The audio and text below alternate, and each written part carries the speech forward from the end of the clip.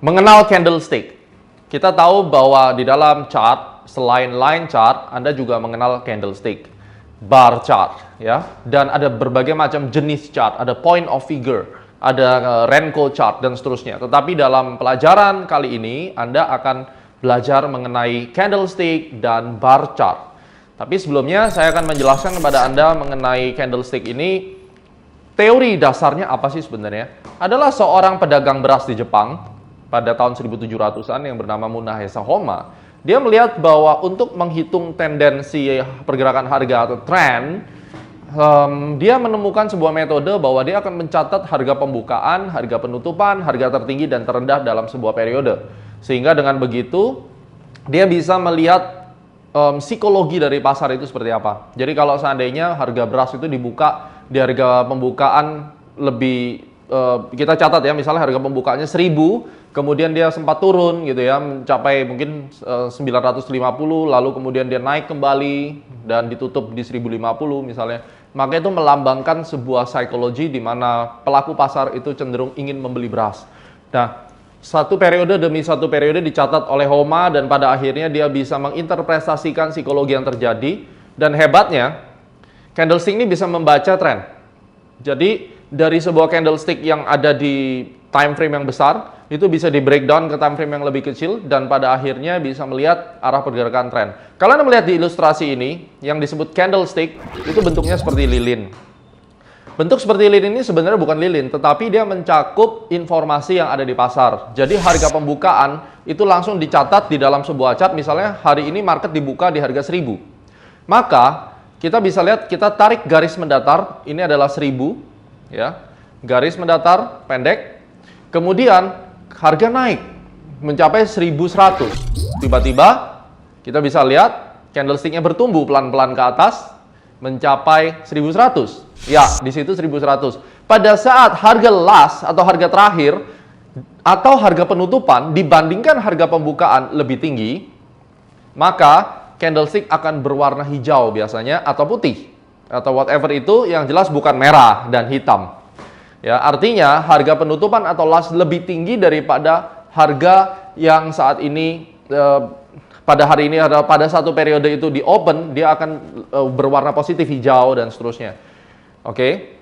Kemudian pada saat kebalikannya, sekarang dia open besok harinya mungkin open di 1100 ya. Anda bisa lihat open di 1100, kemudian harga melemah.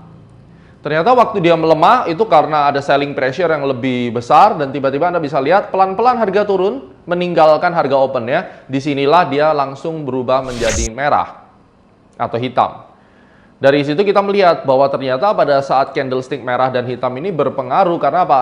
Seller dan buyer ini menguasai pasar. Dengan demikian kita bisa memperhatikan bahwa apabila market itu bisa digambarkan dengan seperti ini, ada seller, ada buyer, bisa kita lihat range pergerakannya berapa jauh, maka psikologinya ini bisa dilihat. Kalau misalnya dalam satu hari, jarak antara open dan close itu benar-benar jauh dan full ke bawah, open di 1000, penutupan di 1100, itu 10%, dan tidak ada penurunan lagi, digambarkan dengan satu batang candle yang full berwarna hijau, yaitu yang kita sebut dengan Marubozu candle, atau full. Ya, di mana buyer menguasai pasar dengan sempurna, dia full, dia tidak lagi terpecah-pecah. Kemudian kalau penurunan juga sangat ekstrim, dia berwarna merah, full, artinya kuat sekali tekanan jual. Dan sini kita harus berhati-hati. Bagaimana apabila ada ekor yang panjang? Anda bisa melihat salah satu gambar ini, kita ambil gambar candlestick yang kita sebut dengan hammer. Kakinya panjang sekali, atau mungkin kita bisa menggunakan nama lain yang dibuat oleh Martin Pring, yaitu Pinocchio bar. Ini terdiri dari tipuan yang awalnya ekor di bawah itu artinya positif, mostly. Yang awalnya sekarang harga turun ke bawah. Anda bisa lihat mulai dari open ya, kita coba open 1100 lalu dia turun ke bawah, sekarang kembali ke 1000. Tetapi tiba-tiba di tengah sesi dia naik. Coba kita lihat, dia pelan-pelan naik meninggalkan ekor dan kemudian akhirnya malah ditutup menguat bahkan satu step di atas harga open dan akhirnya kepalanya membentuk kepala yang kecil berwarna hijau meninggalkan ekor. Ini tandanya bullish yang cukup kuat, artinya bullish kembali masuk ke pasar. Buyer, optimis, para optimis trader masuk kembali ke pasar dari yang sebelumnya mereka sangat depresi terhadap market. Kemudian kalau Anda melihat berikutnya adalah harga naik ya, Kita lihat sekarang skenario kebalikannya. Open di 1000, lalu dia naik ekstrim ke atas ke 1100, tiba-tiba di tengah sesi seller mulai berdatangan. Dan Anda bisa perhatikan mulai turun perlahan-lahan meninggalkan ekor, ya terus turun sampai akhirnya harga open dilewati dan dia tutup di bawah berwarna merah. Maka yang terjadi adalah ekor yang tinggi sekali di atas. Ini yang kita sebut dengan kemungkinan akan terjadi pembalikan arah menjadi bearish. Ini bahaya sekali, perlu Anda perhatikan psikologinya. Ini kekuatan candlestick. Jadi dengan pola-pola seperti ini Anda bisa membaca apa yang sebenarnya akan terjadi nantinya. Dan apabila harga open dan close sama, kita sebut dengan doji. Mirip seperti tanda tambah, tidak punya daging, tidak ada apa-apa, hanya exactly close and open is same. Dia sebelumnya bergerak beriak-riak naik atas bawah, tapi pada akhirnya sama. Nah, ini adalah bentuk dasar daripada candlestick yang juga kita nanti bisa convert dia menjadi bar. Ya, kita menjadi bar. Bar chart itu adalah seperti ini gambarnya. Dan lebih gampang sometimes kita menggunakan bar chart karena kita tidak terpengaruh dengan tebal daripada body, tetapi untuk melihat volume daripada range pergerakan harga, ya, volume itu bukan berarti volume indikator volume, bukan, tetapi volume range harga. Jadi kalau kenaikan harganya tebal seperti ini, range-nya besar, artinya range harganya besar dan ini didukung dengan animo pasar, maka itu yang akan menjadikan seorang trader itu sadar bahwa market sekarang sedang penuh kesepakatan dari salah satu arah tren. Kita akan membahas lebih detail di aplikasi bagaimana cara menggunakannya dan pola-pola apa saja yang penting untuk kita perhatikan.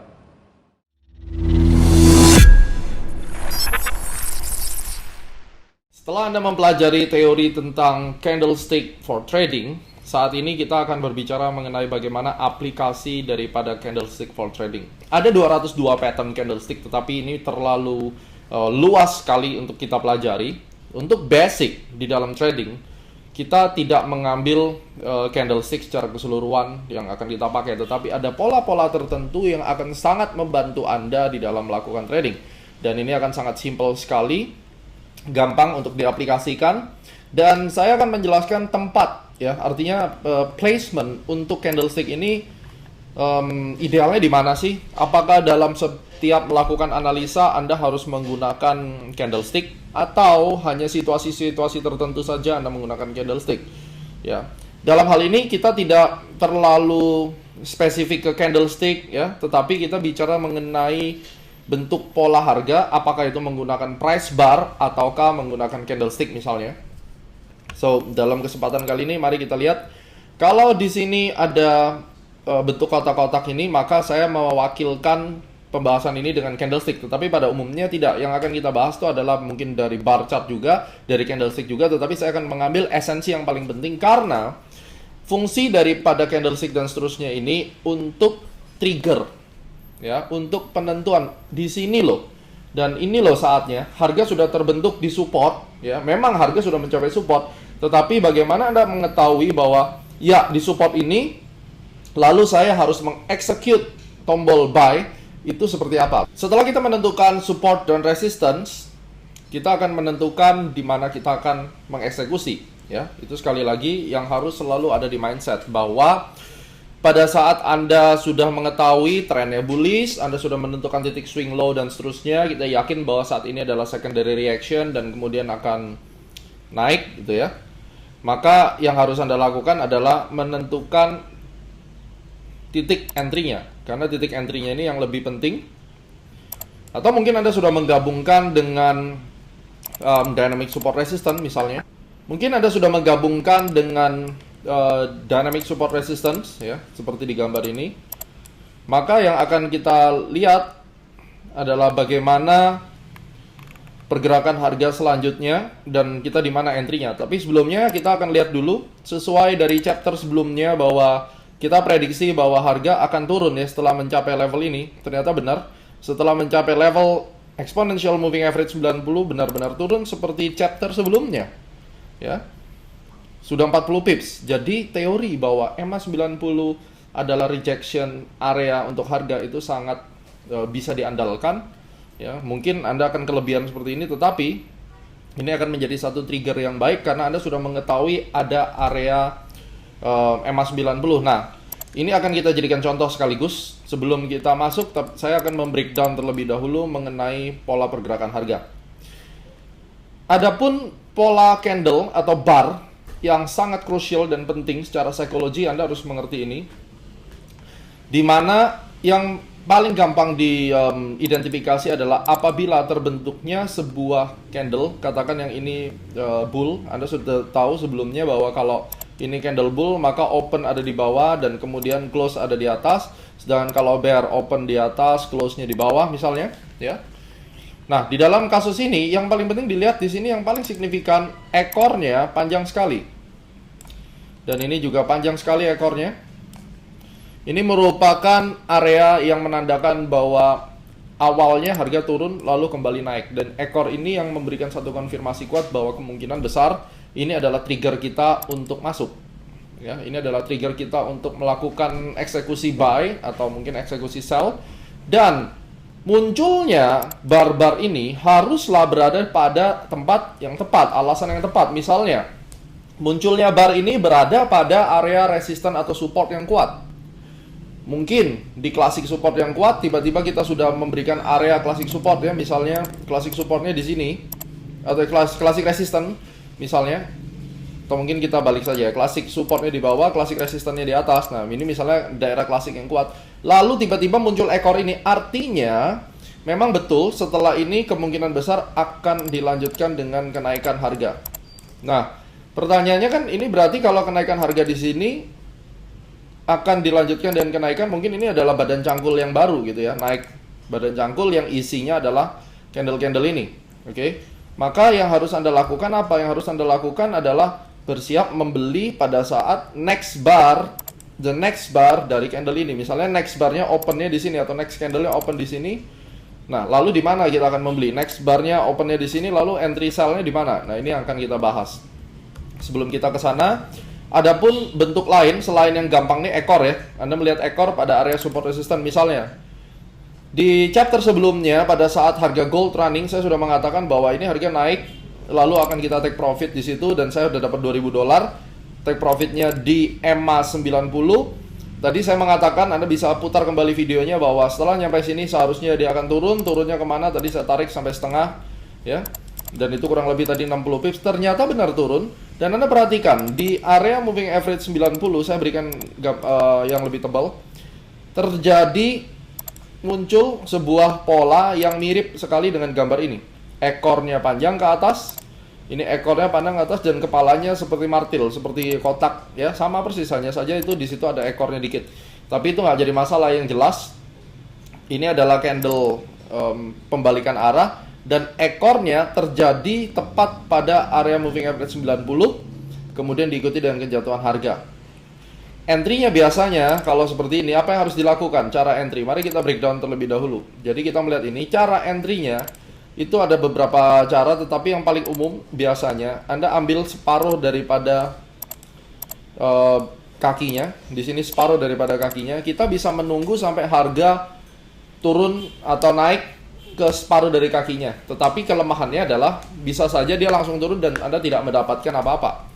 Yang paling konservatif biasanya orang menunggu titik terendahnya ini ditembus. Ini yang paling konservatif. Jadi pada saat dia naik di atas ini ya. Pada saat dia turun di atas titik terendahnya. Ya, di bawah titik terendahnya.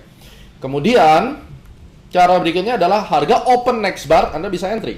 Ini kembali lagi ke masing-masing trader. Selama Anda entry pada area support atau resistance yang kuat, pada dynamic support resistance yang benar, dan kemudian itu merupakan secondary reaction yang benar, maka jangan khawatir bahwa hasilnya akan baik ya. Dalam kasus ini kalau kita mau entry, seperti tadi saya katakan, entry-nya di low, penembus low ini berarti kita sudah entry seharusnya, dan pada saat kita entry katakan ditambah spread ini sudah dapat 14 pips.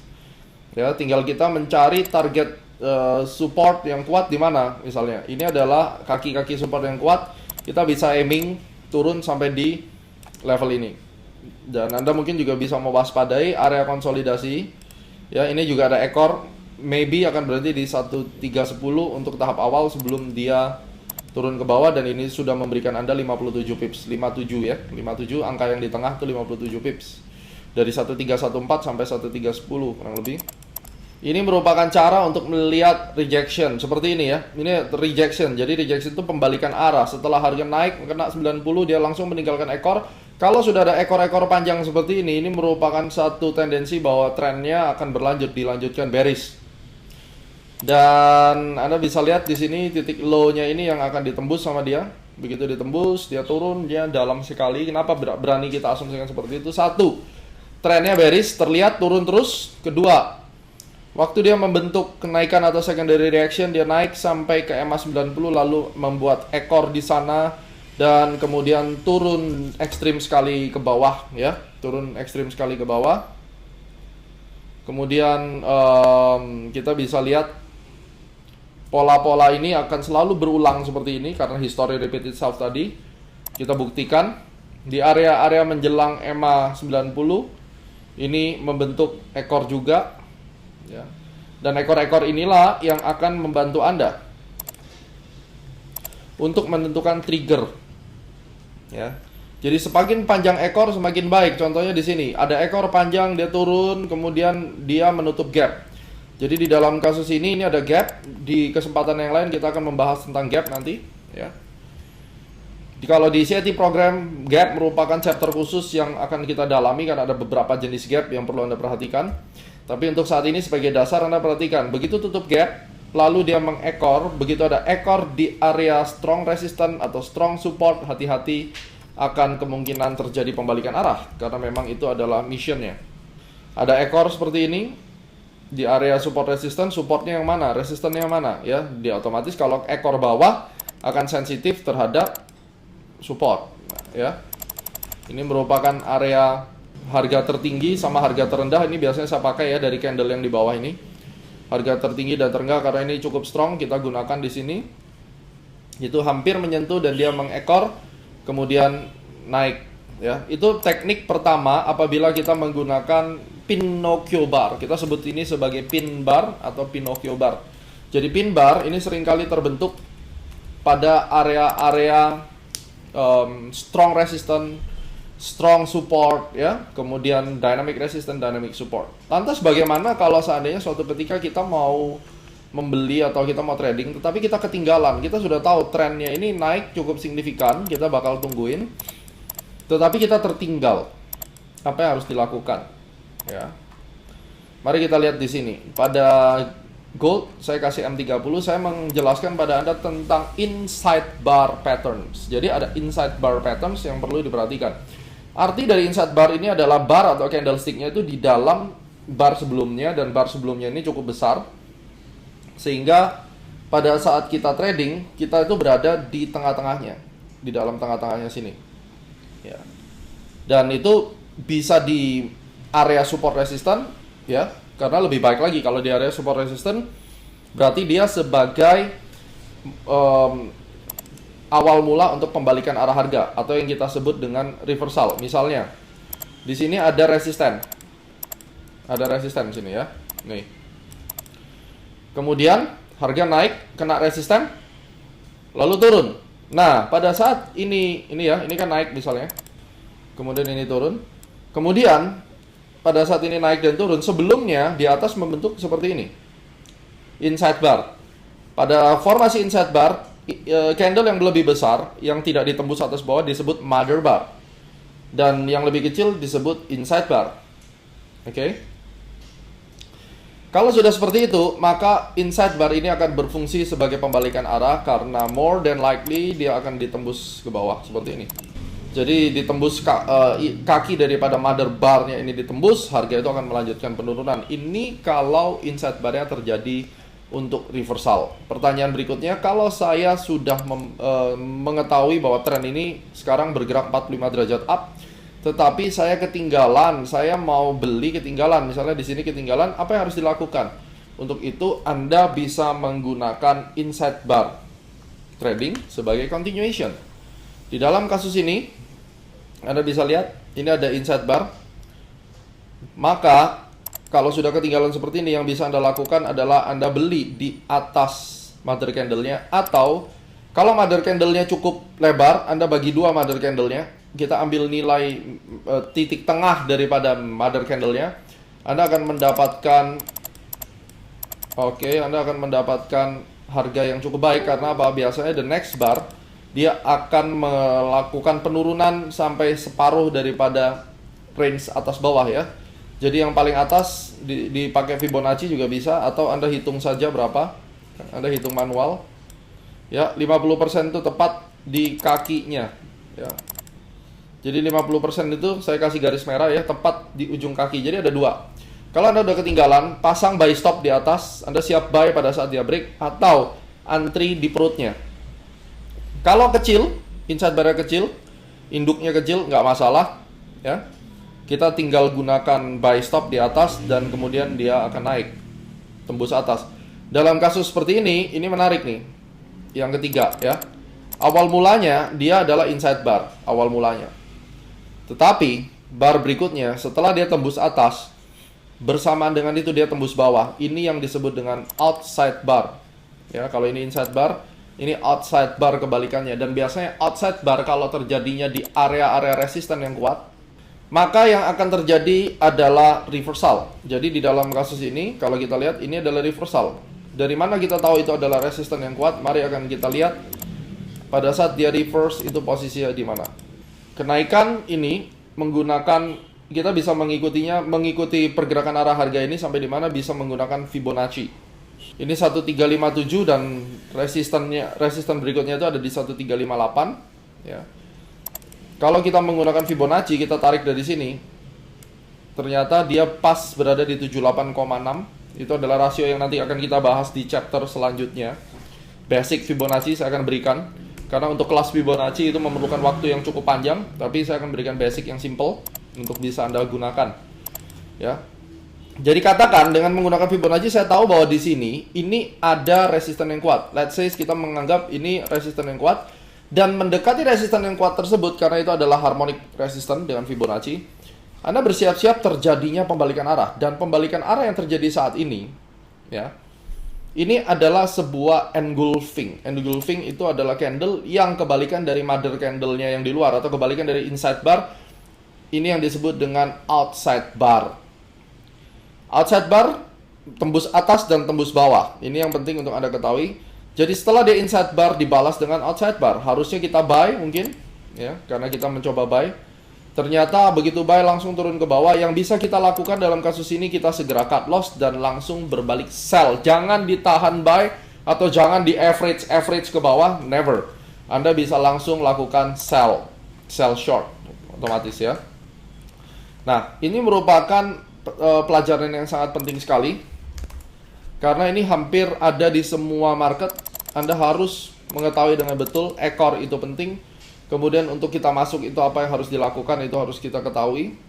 Di dalam kasus ini kalau mau masuk di saham BBRI, kita mencari terlebih dahulu apakah trennya bullish. Ya, trennya masih bullish. Oke.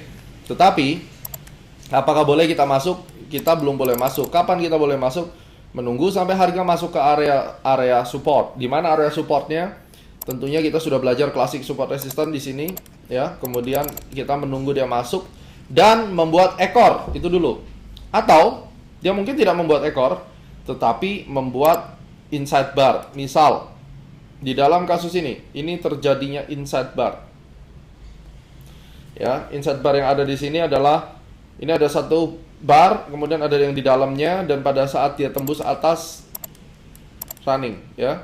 Pertanyaannya, dari mana kita tahu bahwa kemungkinan ini bisa dipercaya atau tidak, atau kuat atau tidak?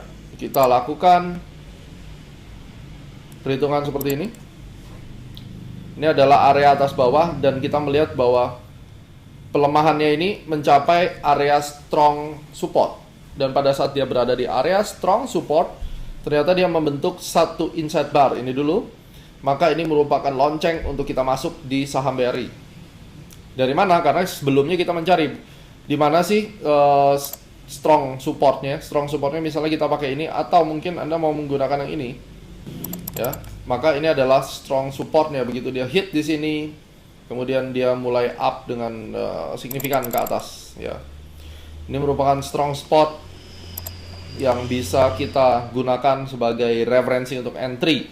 Kita sudah tahu trennya akan reversal, kita sudah tahu ada 2 kali higher low, kemudian ada support kuatnya, Begitu dia menyentuh support kuatnya dan kemudian dia mulai up ke atas, that's it ya. Itu kita menggunakan metode inside bar untuk kita entry. Sedangkan Pinocchio atau pin bar kita sudah gunakan tadi di akhir-akhir sini ya. Harganya membentuk ekor di atas kemudian mulai turun ke bawah. Dan inilah yang paling penting untuk kita pelajari di dalam chapter ini, karena candlestick ini merupakan, atau bar ini merupakan pijakan. Sehingga setelah itu, bagaimana saya menentukan stop loss-nya? Kalau sekarang misalnya kita entry dengan menggunakan Pinocchio, stop loss-nya yang akan terjadi itu di atas ini, karena itu merupakan akhir daripada Pinocchio-nya. Kalau seandainya demand bisa menyerap semua supply yang ada di atas ini, karena di sini orang-orang pada jual semua kan, ternyata ada money in masuk dan harga naik melampaui ini, yang terjadi adalah harus stop loss. Kenapa? Karena posisi short selling kita akan gagal, karena demand akan kembali ke pasar. Demikian juga pada saat kita melihat tren yang bullish. Tren yang bullish, maka stop loss-nya adalah di bawah sini.